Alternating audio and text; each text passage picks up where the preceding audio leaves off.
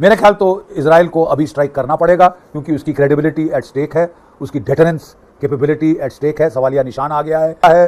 Once in a lifetime chance है, ये Israel छोड़ना नहीं चाहता। और फिर भी इजराइल को जो है 2 हफ्ते लग गए हैं ये अटैक करते करते, अभी तक ये अटैक नहीं हुआ है।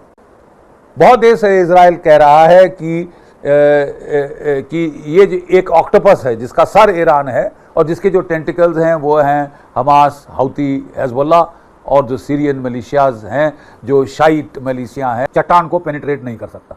तो मैक्सिमम आप उसका ओपनिंग को बंद कर सकेंगे, उसको डिस्ट्रॉय नहीं कर पाएंगे। वो डिस्ट्रॉय करने के लिए अमेरिका को बीच में हस्तक्षेप करना पड़ेगा अपने B-2 बॉम्बर से, मदर ऑफ ऑल बॉम्ब्स, जो कि GBU-79 पेनिट्रेटर है, जो कि 100 फुट रॉक में जा सकता है, उसका इस्तेमाल करना पड़ेगा। इजराइल के पास बॉम्बर नहीं, केवल फाइटर है, तो वो नहीं कर सकता। तो इसके लिए वो जिसको कहते हैं कि मजबूरी का नाम महात्मा गांधी, कि आप इसको जब नहीं पूरा डिस्ट्रॉय कर सकते अमेरिका के बगैर, तो इसको तो हाथ ने कह दिया है कि साहब अगर आपने हमारे एक्सपोर्ट टर्मिनल को हाथ लगाया, जो 36 अरब डॉलर जहां से हमको सालाना मिलते हैं, तो साहब आप समझ लीजिए कि हम सऊदी अरेबिया, ओमान, मुस्कात, पूरी मिडिल ईस्ट की ऑयल में आग लगा देंगे। हम इजराइल के ऊपर भी जो उनकी रिफाइनरीज है उनको आग लगा देंगे, उनके वाटर सैलिनेशन प्लांट्स को टारगेट करेंगे, सिविलियन इंफ्रास्ट्रक्चर को टारगेट करेंगे, क्योंकि फिर ऑल बेट्स आर ऑफ। तो इसके चलते ये साफ जाहिर है कि अब अमेरिका बहुत दबाव, तभी 2 हफ्ते लग गए ये स्ट्राइक को होते होते। हालांकि जो बाइडेन ने कह दिया है कि yes, Israel has a right to respond. क्यों नहीं हुआ है? क्योंकि रसाकशी चल रही है, जैसे मैंने बताया, अमेरिका और इजराइल के बीच में, कि क्या टारगेट इजराइल स्ट्राइक कर सकता है, कितनी ताकत से स्ट्राइक कर सकता है, कब करेगा, ये तो अब इजराइल के ऊपर मुनस्सर है। मैं लेकिन आपको याद दिलाना चाहता हूं कि सन 2022 में इजराइल ने फुल स्केल रिहर्सल करी थी ऑपरेशन चैरियट्स ऑफ फायर के तहत। उन्होंने साइप्रस के ऊपर अटैक स्टिमुलेट किए थे। साइप्रस उस विपरीत दिशा में है, लेकिन फासला तकरीबन उतना ही है जितना कि ईरान का फासला इजराइल से है। तो उन्होंने पूरी air to air refuelling practice करते हुए इजराइल ने साइप्रस के एयर बेसिस के ऊपर ये फुल स्केल रिहर्सल कर चुका है इजराइल ईरान के ऊपर हमले की। मतलब तैयारी बहुत पहले से है। इजरायली मीडिया जेरूसलम में कह रहा है कि उन्होंने कई सारे हथियार खासकर डेवलप किए हुए हैं ईरान को नॉकआउट ब्लो देने के लिए, जब भी मौका मिले। इसके चलते वो साइबर वॉरफेयर के स्पुतनिक वायरस का तो सबने इस्तेमाल देखा ही है, तो वो साइबर वॉरफेयर के आले उनके पास हैं, मोसाद के पास हैं। उसके अलावा वो कह रहे हैं कि उन्होंने मिसाइल्स का इजाद किया है। ऐसे मिसाइल्स, ज़्यादातर उनके मिसाइल तो न्यूक्लियर डेटरेंस के लिए हैं, लेकिन मिसाइल्स का इजाद किया है जिसमें कन्वेंशनल वॉरेट से वो ईरानियन टारगेट्स हिट कर सकता है।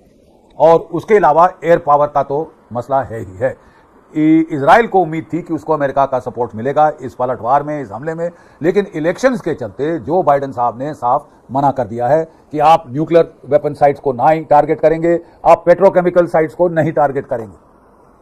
देखा जाए तो सबसे जरूरी टारगेट इजराइल के लिए, एग्जिस्टेंशियल थ्रेट जो है वो ईरान का न्यूक्लियर प्रोग्राम है। तो वो न्यूक्लियर प्रोग्राम को अगर वो टारगेट करता है, करना चाहता था, लेकिन उसे मना कर दिया है अमेरिका ने, टेक्निकल रीजंस के लिए और जियोपॉलिटिकल रीजंस के लिए। टेक्निकल रीजन कि भाई एयर टू एयर रिफ्यूलर वो कहते हैं हम अपने नहीं देंगे, आपको अपने इस्तेमाल करने पड़ेंगे। इजराइल के पास केवल 7 है, उससे वो तकरीबन 2 स्ट्राइक पैकेजेस पर डे का हमला कर सकता है। 8-8 आप समझ लीजिए F-15, F-16 और ऊपर जो कोई 20 के करीब स्टेल्थ फाइटर F-35, जो कि suppression of enemy air defences और कॉम्बैट एयर पेट्रोल का काम करें। अब साहब बात यह है कि ये आप टारगेट पे पहुंच भी जाएं, लेकिन ये टारगेट ये जो फोर्स लेवल है, ये मैक्सिमम 1 या 2 न्यूक्लियर फैसिलिटी को स्ट्राइक कर सकता है। यूरेनियम एनरिचमेंट प्लांट्स फौदरा के, नतान्स के, इस्फहान के, ये तो गहरे उन्होंने पहाड़ों में डाले हुए हैं।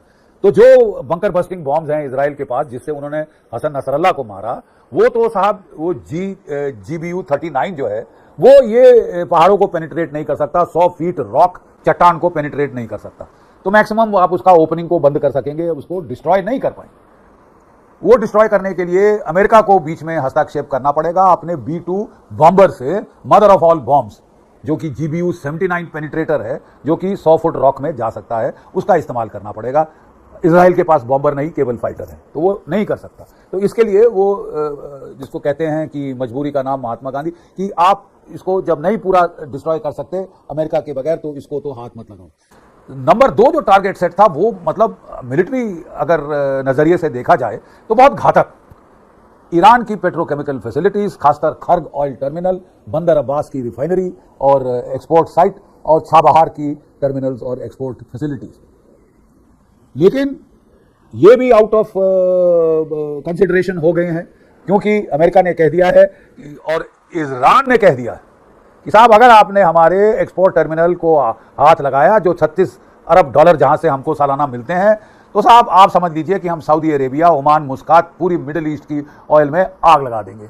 हम इजराइल के ऊपर भी जो उनकी रिफाइनरीज है उनको आग लगा देंगे, उनके वाटर सैलिनेशन प्लांट्स को टारगेट करेंगे, सिविलियन इंफ्रास्ट्रक्चर को टारगेट करेंगे, क्योंकि फिर ऑल बेट्स आर ऑफ। तो इसके चलते ये साफ जाहिर है कि अब अमेरिका बहुत दबाव, तभी 2 हफ्ते लग गए ये स्ट्राइक को होते होते। हालांकि जो बाइडेन ने कह दिया है कि yes, Israel has a right to respond, right to retaliate, लेकिन नो न्यूक्लियर, नो पेट्रोकेमिकल।